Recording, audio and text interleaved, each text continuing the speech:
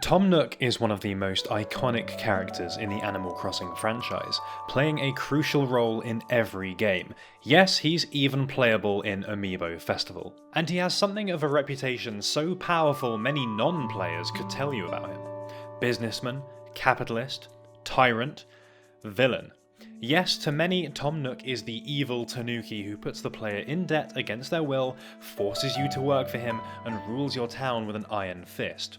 But does this reputation still hold true in the wake of New Horizons?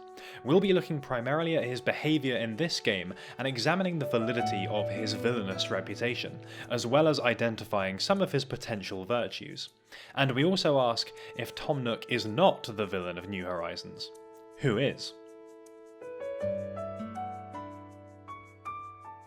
The surface level reason to fundamentally dislike Tom Nook is obvious enough, and his money-lending practices are well-trodden ground at this point. Nonetheless, this is central to the evil Tom Nook theory. A common element of the series is that with little say in the matter, you the player are indebted to him, and are obliged to earn money to line his pockets. And on completion of this task, he'll dangle another house expansion in front of you, and the next day you owe him even more money. It's hard to deny one of the main goals of Animal Crossing is paying back your debt to Nook. This argument does focus more on the early games when Nook's practices were a little more predatory and his attitude a little less forgiving. He hooks you up with a house without you really getting a choice, and then tells you you have a loan to repay and makes you work for him. You even have to put on the humiliating employee uniform, and in the GameCube version there is a line of dialogue where he basically laughs at you for being poor. Fortunately, like many of Animal Crossing's characters, he's softened significantly since then, and it's his character now and his role in New Horizons that we're most interested in. The forced employment is a thing of the past, and although in New Horizons you do begin with a bill to pay, this is because you explicitly purchased an island getaway package to get you there. It's not unreasonable that that comes with a cost. In fact, buying a desert island escape with no cash up front is remarkably generous. It's also worth noting that not only are these loans interest-free, but there's no set payment date. You could opt not to pay a single bell for a year and he won't say anything about it. As creditors go, that's probably some of the least predatory behaviour you can get. Combine this with the far more relaxed and personable dialogue, and the overall vibe from New Horizons specifically is very different to his behaviour in decades past. Exactly how predatory Nook is based on the nature of this debtor-creditor relationship over the series has been debated to the end of time, so let's turn our attention to some other areas. Let's look at the relative cost of the building work he charges you for. If you pay off every loan in the game, it'll run you just under 5.7 million bells. Sounds like a lot, but what does that mean in real terms? Luckily we have a means of exchanging bells to dollars by the Nintendo Switch, which exists in both reality and the Animal Crossing universe. A Nintendo Switch costs 35,000 bells, or approximately $350. Taking a 100 bells to a $100 ratio, we can extrapolate the total loan cost is equivalent to no more than $60,000 in real money. For a 3-floor house on a beautiful island, that's not too bad, and certainly weakens the idea of him extorting you for everything you've got. We have to wonder how much Nook is actually making on that. Oh, and let's also not forget you pay the first loan off by basically running around doing fun stuff like catching butterflies and planting trees that you'd probably do anyway. I don't think many players could realistically feel that Nook was putting the screws to them when they paid their debts in imaginary island points you can earn in minutes. There is more to talk about with those island points though, the Nook miles that represent an incentive to partake in various island activities. Many of them make the island better in some way.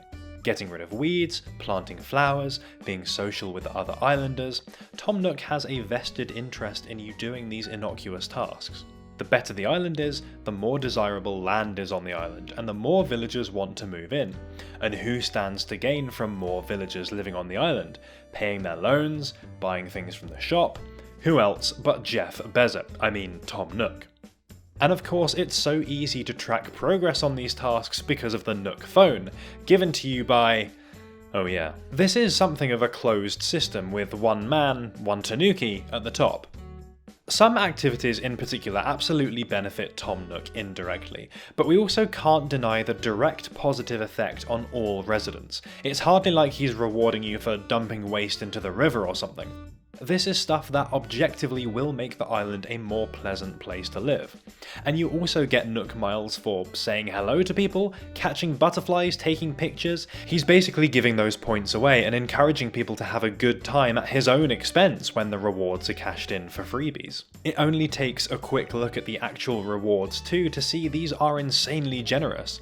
You can get pretty substantial rewards for a few incredibly simple tasks, and even take a free flight to an uncharted island. I've been planting flowers in my garden for weeks, and British Airways won't even answer my emails. So Nook miles represent an area Tom Nook oversees, but never really exerts control or power over. You're free to do as many or as little of those activities as you please after all. Let's look a level further though to the extent of Tom Nook's presence on the island. It does cause concern in the form of monopoly. How does money enter the game?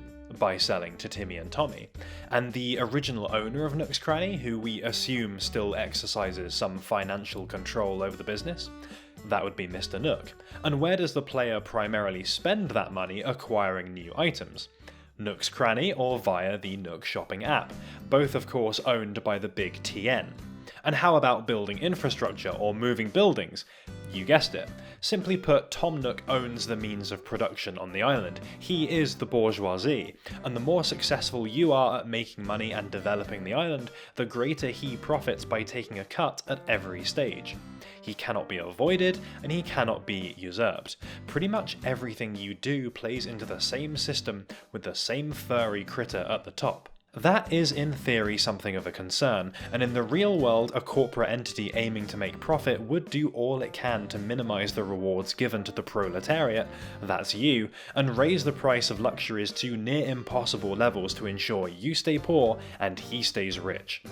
This of course does not happen in the game. There is very little to keep you from becoming phenomenally wealthy if you desire, particularly when there are no taxes, no interest, in fact no real fees or costs at all.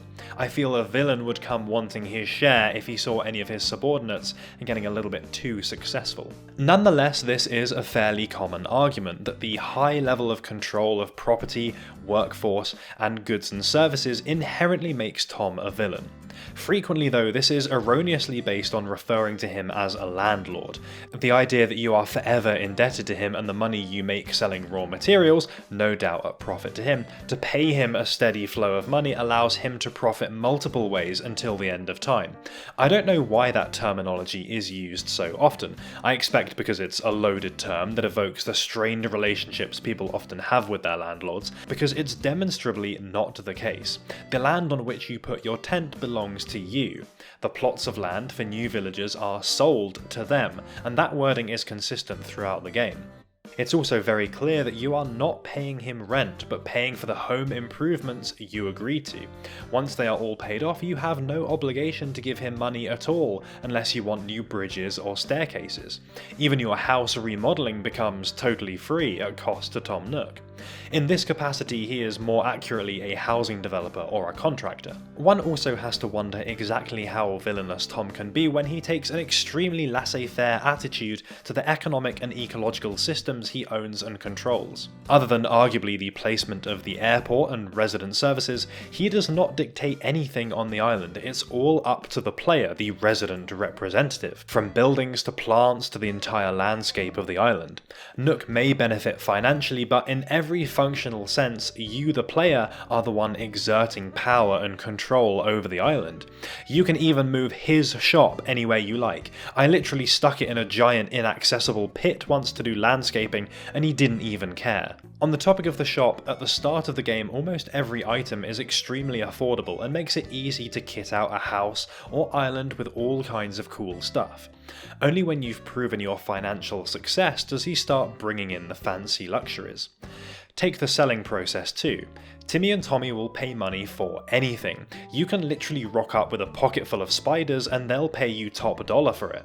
I fail to believe these business practices are designed to extrapolate maximum profit out of the residents. In fact, I'd argue the number one concern here is with keeping them happy and ensuring they can afford pretty much whatever their little hearts desire. Yeah, sure, we'll swap the bundle of weeds you literally picked up outside the shop door for a brand new surfboard.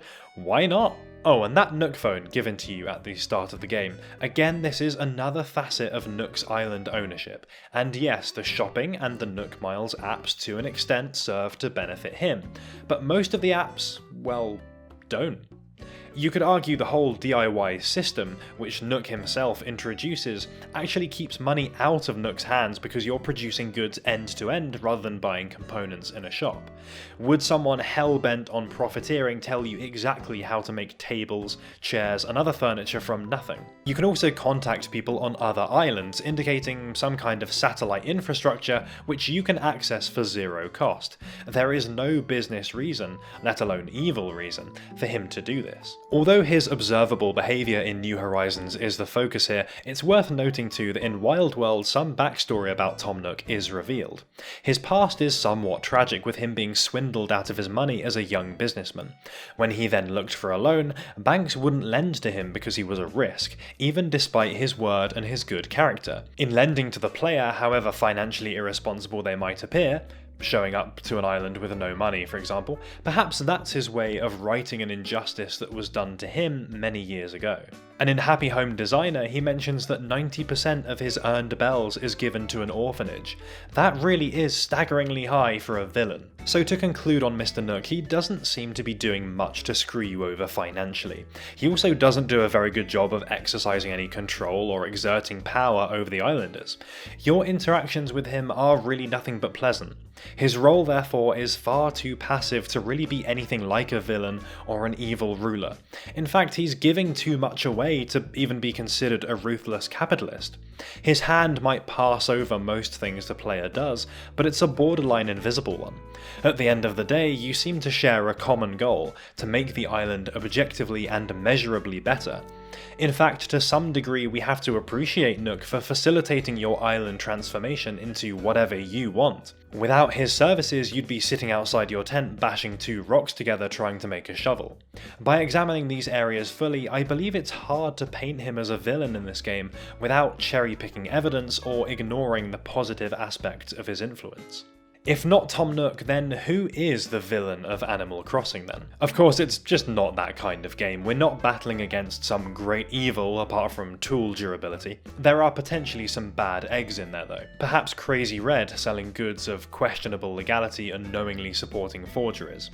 And in the lore from previous games, it's implied he betrayed Tom Nook's trust in the past and swindled him. But what if I told you there are characters in this game who do aim to overcharge people to the absolute maximum amount just to touch the game's various items? Characters who restrict access to island visitors until people cough up payment.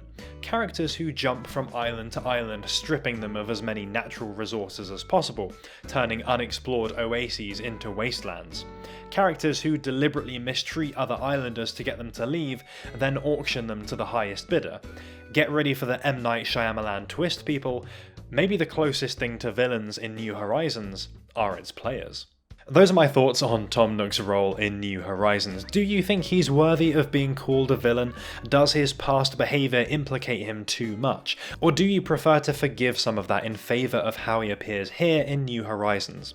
And if you think there's any crucial evidence I've missed, of course, please include it in the comments. If you enjoyed this video, please consider subscribing for more Animal Crossing content, and now there's nothing left for me to say but to thank you so much for watching, and I will see you in the next one.